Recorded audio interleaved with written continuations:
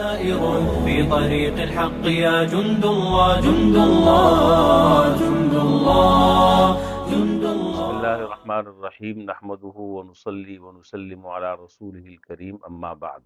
اللہ تعالیٰ کا بڑا احسان ہے، فضل ہے، کرم ہے کہ اللہ رب العالمین نے رمضان کے مبارک ایام ہمیں نصیب فرمائے، اس کے دن اور رات اللہ تعالیٰ نے ہمیں عطا فرمائے۔ اللہ جل شانہ اپنی رضا کے مطابق اس کی ہمیں قدر کرنے کی توفیق عطا فرمائے۔ حدیث شریف میں اس روزے سے متعلق ایک عجیب و غریب خصوصیت جناب نبی کریم سرور دو عالم صلی اللہ علیہ وسلم نے ارشاد فرمائی۔ آپ نے فرمایا کہ الصوم جنہ ما لم یخرقھا قیل بما یخرقھا قال بالکذب والغیبہ۔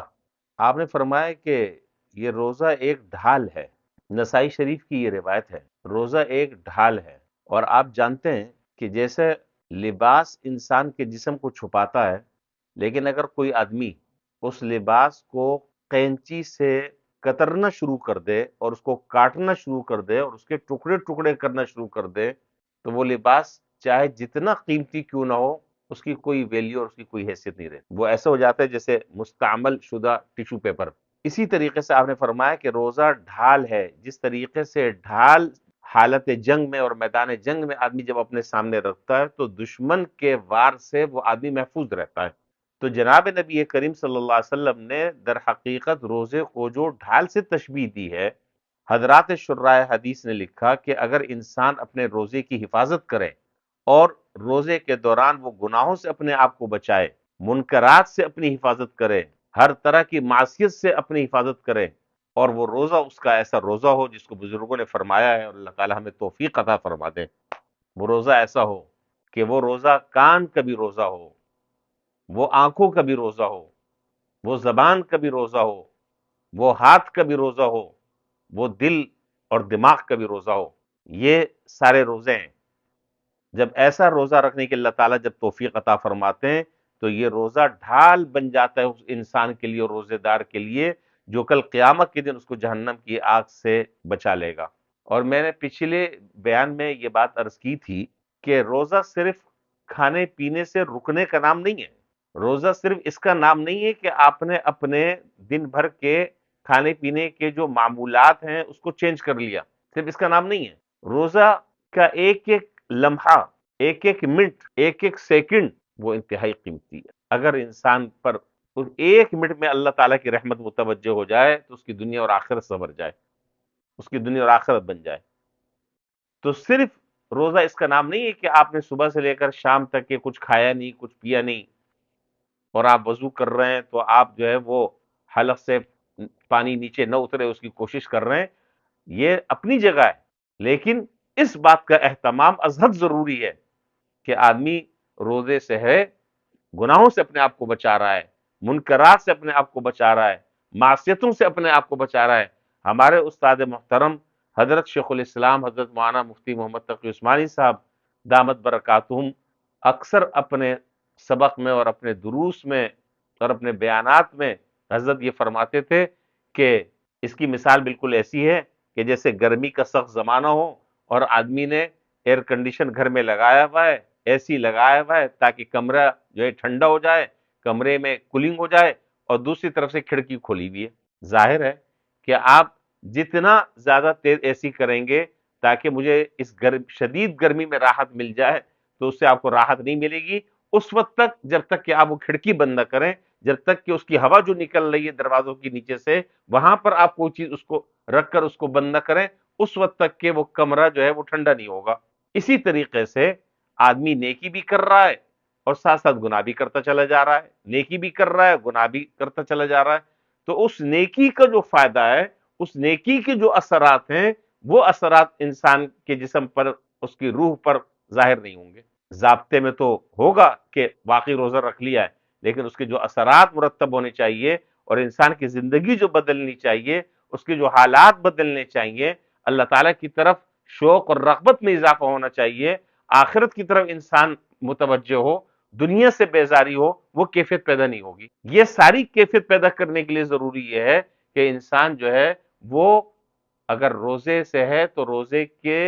روزے سے متعلق وہ چیزیں جو اس روزے کو فاسد کرنے والی ہیں، وہ چیزیں جو اس روزے کے انوار اور برکات کو ختم کر دینے والی ہیں، ان سے اپنے آپ کو بچائے۔ اور اس کا خلاصہ میں نے ایک لفظ میں آپ کو یہ بتلایا کہ اس کا خلاصہ یہ ہے کہ روزہ رکھ کر گناہوں سے خاص طور پر بچنے کا اہتمام کرے، تو اس روزے کے فائدے، اس کے ثمرات، اس کی برکات انشاءاللہ نصیب ہوں گی۔ تو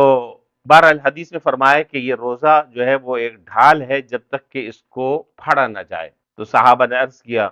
قیل بما یخرقھا، اے اللہ کے رسول یہ کیسے پھٹتا ہے؟ آپ نے فرمایا کہ بالکذب والغیبہ، یہ جھوٹ بولنے سے یہ پھٹ جاتا ہے اور غیبت کرنے سے پھٹ جاتا ہے۔ کیا مطلب؟ کہ جب آدمی روزہ رکھ کر جھوٹ بولے گا، روزہ رکھ کر غیبتیں کرے گا لوگوں کی، روزہ رکھ کر چغلیاں کرے گا، روزہ رکھ کر زبان کو قابو میں نہیں کرے گا، تو وہ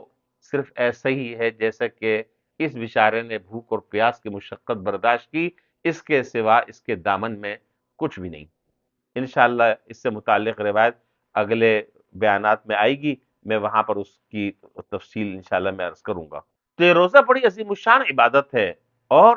یہ ایسی عظیم الشان عبادت ہے کہ اس کے بارے میں اللہ تبارک و تعالی نے یہ بات ارشاد فرمائی کہ الصوم لی وانا اجزی بی، یہ روزہ میرے لیے ہے، میری خاص پسندیدہ عبادت ہے